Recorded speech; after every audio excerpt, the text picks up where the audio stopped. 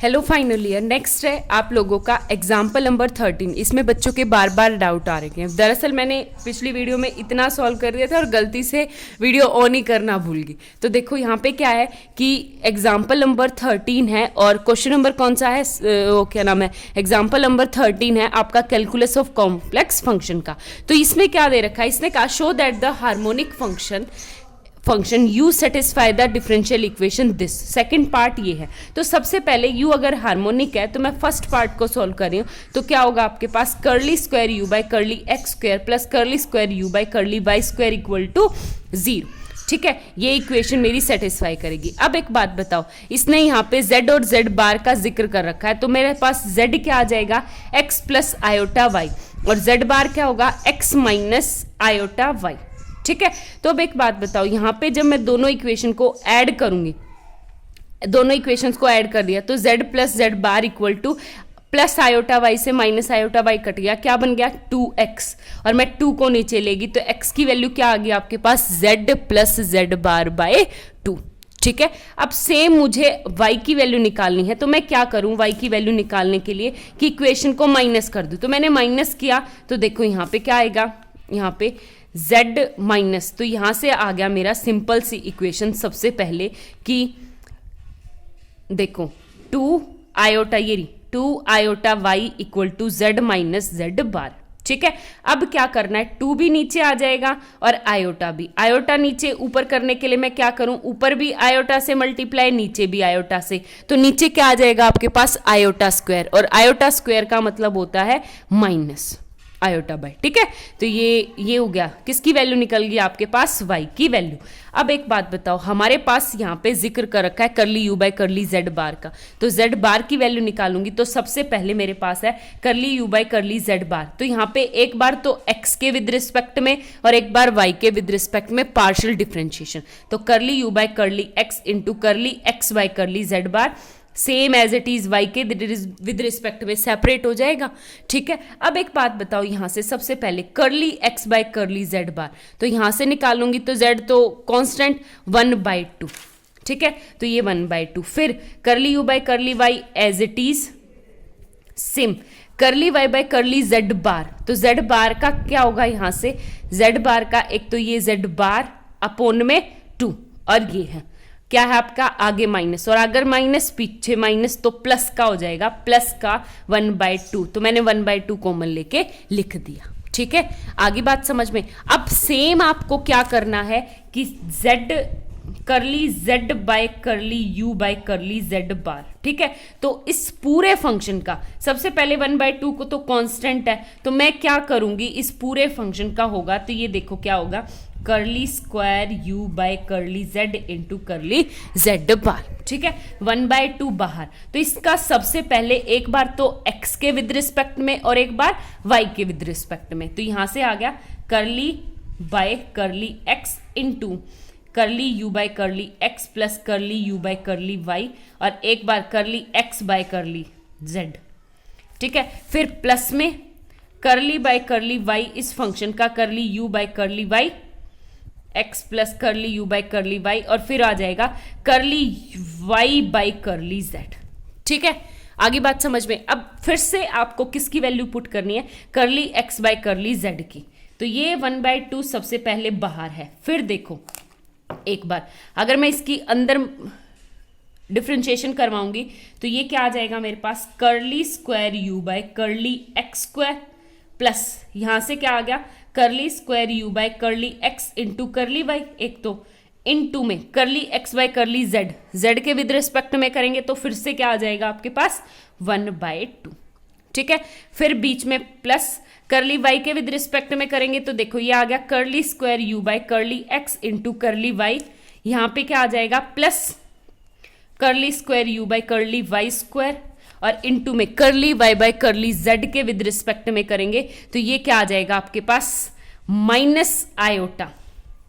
ठीक है, आयोटा हम यहां भी लिखना भूल गए, ये यहां आयोटा आएगा, आयोटा आयोटा आयोटा वे आयोटा। ठीक है, तो अंदर देखो आपके पास क्या आ जाएगा, माइनस आयोटा बाय 2। ठीक है, माइनस आयोटा बाई 2। तो मैं यहां से एक तो 1/2 कॉमन ले लूं, पहली बात, ठीक है। दूसरी बात, अगर आप यहां पे देखोगे तो ये देखो आपके पास क्या है, यहां से value curly square u by curly x curly y iota minus यहां पे प्लस का आयोटा, ये टर्म क्या हो जाएगी, कट। तो क्या क्या बचेगा वो देखो, आपके पास क्या बचेगा, curly square u by curly z into curly z bar equal to 1/4 एक तो बाहर, फिर इंटू में क्या हो जाएगा आपके पास curly square u by curly x square plus में curly square u by curly y square, ठीक है। बस कुछ नहीं, आपको सिंप्लीफाई करना है। तो ये तो मेरा हार्मोनिक फंक्शन है, तो इक्वल टू क्या हो जाएगा, 0 के इक्वल। तो ये किसके टर्म होगी आपकी, 0 के इक्वल, ठीक है। आगे बात समझ में, तो ये हो गया, तो हो गया मेरा curly square u by curly z into curly z bar equal to 0। तो आपका फर्स्ट पार्ट क्या आ गया, हेंस प्रूव। अब इसका सेकंड पार्ट है, सेकंड पार्ट क्या कहता है, सेकंड पार्ट आपके पास ये है कि W equal to f of z आपके पास रेगुलर फंक्शन है। रेगुलर फंक्शन का मतलब होता है कि आपके पास एनालिटिक फंक्शन है होल में। तो आपको क्या करना है, करके दिखाना है इसमें कि आपको curly square by curly x square plus curly square by curly y square into में क्या आ जाएगा, log of mod f dash z equal to किसके दिखाना है, 0 के। तो कैसे करेंगे वो देखो, इसकी ये साइड उठा के चलेंगे लेफ्ट हैंड साइड। तो curly square by curly x square plus curly square by curly y square into log of mod f dash z, mod function है, ठीक है, ये है। तो एक बात बताओ, सबसे पहले मैं क्या करूं, यहां पे ये क्या है आपके पास, ये वाली टर्म अगर मैं ऊपर वाली इक्वेशन से यहां से यूज निकाल दूं तो curly square x by curly square की वैल्यू क्या आ जाएगी आपकी, देखो ऊपर वाली इक्वेशन से u को हटा के log ऑफ मोड z रख दूं तो 4 इंटू, देखो 4 ऊपर चला जाएगा और क्या हो जाएगा आपके पास, curly square by curly z into curly z bar into में क्या आ जाएगा, log of f of dash z का। एक बात बताओ, मेरे पास लॉग की प्रॉपर्टी होती है, क्यों आगे 2 को करता है, तो मैं एक बात बताओ, 2 से मल्टीप्लाई और 2 से डिवाइड कर दूं तो आपका ये 2 ऊपर पावर में चला जाएगा, तो मैं ये वाला 2 कहाँ चला गया, ऊपर पावर में, ठीक है। आगे बात समझ में। तो अब एक बात बताओ, यहाँ पे क्यों किया, रीजन बताती हूँ। तो 4 as it is curly square by curly z into curly z bar equal to 1/2 as it is आपके पास, और ये 1/2 बाहर भी आ जाएगा और यहाँ पे हो जाएगा log of mod F of Z का होल स्क्वायर, ठीक है, ये हो गया। अब आपके पास क्या है कि जब मेरे पास होता है मोड कोई भी function, mode for example Z square, कोई भी कांस्टेंट मोड जेड, तो वो किसके इक्वल होता है, जेड इंटू जेड बार के, ठीक है।